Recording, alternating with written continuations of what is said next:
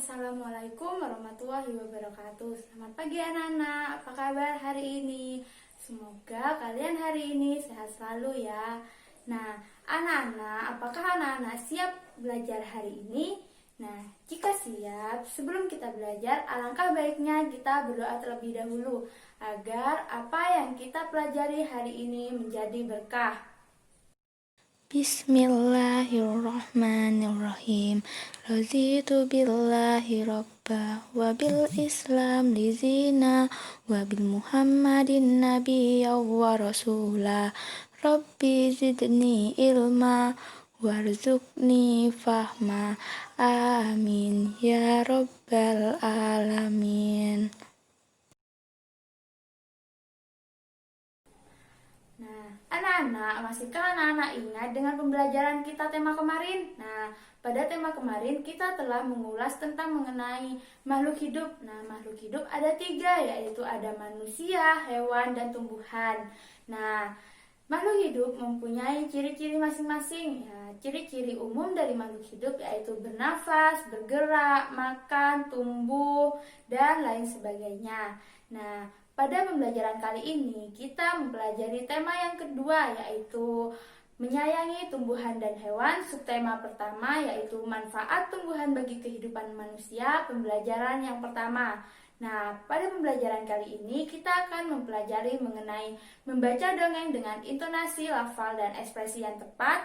Yang kedua yaitu mempelajari mengenai menemukan sifat pertukaran pada penjumlahan. Dan yang terakhir kita akan mempelajari mengenai memeragakan pola irama sederhana pada lagu Cemara. Nah, Dayu senang sekali membaca. Nah, jadi Dayu membaca dongeng pohon apel yang baik hati. Nah, anak-anak, apakah anak-anak pernah membaca dongeng? Nah, dalam membaca dongeng ada beberapa hal yang harus diperhatikan. Nah, hal yang harus diperhatikan dalam membaca yaitu yang pertama yaitu lafal, yang kedua intonasi, yang ketiga yaitu ekspresi, dan yang keempat adalah tanda baca. Nah, lafal berhubungan dengan pengucapan kata. Jadi, ketika membaca dongeng harus tepat dalam pengucapan katanya. Nah, intonasi. Intonasi merupakan tinggi rendahnya suatu nada pada kalimat yang terdapat penekanan. Jadi, ketika bertemu dengan kalimat yang diakhiri dengan tanda titik, jadi intonasi suaranya datar. Nah, jika kalian bertemu dengan kalimat yang diakhiri tanda seru atau tanda baca, intonasinya sedikit naik. Nah, yang ketiga yaitu ekspresi. Nah, ekspresi dalam membaca dongeng juga tidak kalah penting karena ketika kita membaca dongeng dengan ekspresi yang tepat, nah, jadi orang yang mendengarkannya atau melihat akan semakin tertarik. Nah, yang keempat yaitu tanda baca.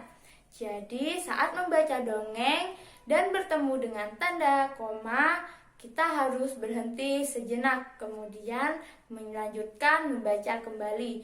Nah, ketika bertemu dengan tanda titik, maka kita harus berhenti, kemudian dimulai kembali membaca kalimat berikutnya. Jadi, anak-anak, ketika membaca dongeng, kita juga harus memperhatikan suara kita. Jadi, ketika membaca dongeng, suara kita harus lantang agar terdengar jelas oleh orang lain atau orang yang mendengarkannya. Nah, coba anak-anak perhatikan buku kalian, yaitu mengenai dongeng pohon apel yang baik hati. Nah, kalian baca dongeng tersebut dan kemudian kerjakan tugas di halaman berikutnya. Setelah membaca dongeng, Dayu ingin membantu ibu. Ia membantu ibu membersihkan halaman rumah. Dayu menyapu halaman rumah dengan senang hati. Kemudian, ketika ia menyapu halaman rumah, Dayu mendapatkan ide untuk mengumpulkan daun-daun kering dan ia masukkan ke dalam kotak. Nah, pada kotak pertama terdapat 35 helai daun yang ia kumpulkan. Kemudian ia mengumpulkan lagi helai daun kering sebanyak 15 helai daun dan ia masukkan ke kotak yang lainnya. Nah, ia penasaran berapa sih seluruh jumlah daun helai kering yang ia kumpulkan? Nah, kita coba kerjakan ya. Kita kerjakan dengan cara bersusun. Jadi, pada kotak pertama berisi 35 helai dan kotak kedua berisi 15 helai. Jadi, 35 ditambah 15. Nah, kita hitung cara bersusun. Yang pertama, 5 ditambah 5 sama dengan 10. Nah, kita tulis angka 0 dan kita simpan angka 1 di bagian puluhan. Kemudian kita hitung bagian puluhannya, yaitu 1 ditambah 3 ditambah 1 sama dengan 5. Jadi 35 helai daun ditambah 15 helai daun hasilnya 50 helai daun. Nah, kemudian Dayu masih penasaran bagaimana jika kedua posisi kotak tersebut ditukar. Jadi pada kotak pertama kita tukar posisi pada kotak kedua dan kotak kedua kita tukar posisi pada kotak yang pertama. Nah, apakah jumlahnya akan tetap sama? Nah, kita hitung dengan cara bersusun juga. Jadi 15 ditambah 35. Kita jumlahkan bagian satuannya, yaitu 5 ditambah 5 sama dengan 10. Jadi kita tulis angka 0 dan kita simpan 1 di bagian puluhan. Sekarang kita jumlah bagian puluhannya, yaitu 1 ditambah 1 ditambah 3 sama dengan 5. Jadi 15 ditambah 35 hasilnya juga 50. Nah, ternyata jumlahnya sama ya, yaitu 50 helai daun. Nah, jadi 35 ditambah 15 sama dengan 15 ditambah 35. Nah, dari yang kita pelajari barusan yaitu mengenai penjumlahan, bisa disimpulkan jika angka yang dijumlahkan di balik urutannya, maka hasil penjumlahannya akan tetap sama. Nah, anak-anak, kalian sudah mempelajari mengenai sifat pertukaran pada jumlahan. Nah, coba kalian kerjakan halaman 7 dengan cara yang telah kita pelajari tadi. Pada hari Minggu, Dayu dan temannya pergi bertamasya. Ia pergi ke sebuah gunung. Ia melihat berbagai macam tumbuhan dan salah satunya yaitu pohon cemara. Nah, anak-anak, pernahkah kalian melihat pohon cemara? Nah, pohon cemara biasanya tumbuh di daerah pegunungan. Nah, sudah ingat kan dengan pohon cemara? Nah, apakah kalian tahu lagu yang berhubungan dengan pohon cemara?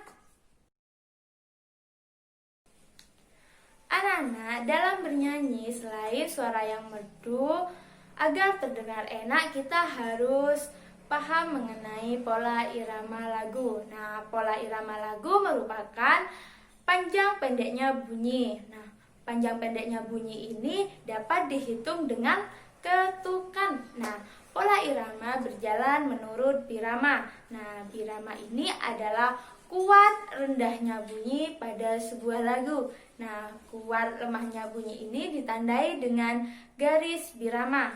Nah, anak-anak, yuk kita simak lagu Cemara berikut ini.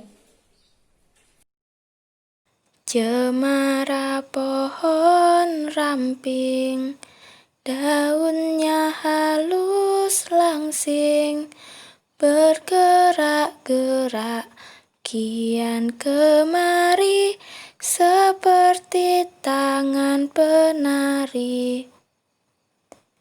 Ketika angin lalu menyentuh daun cemara, terdengar desir di telingaku, sebuah lagu merdu.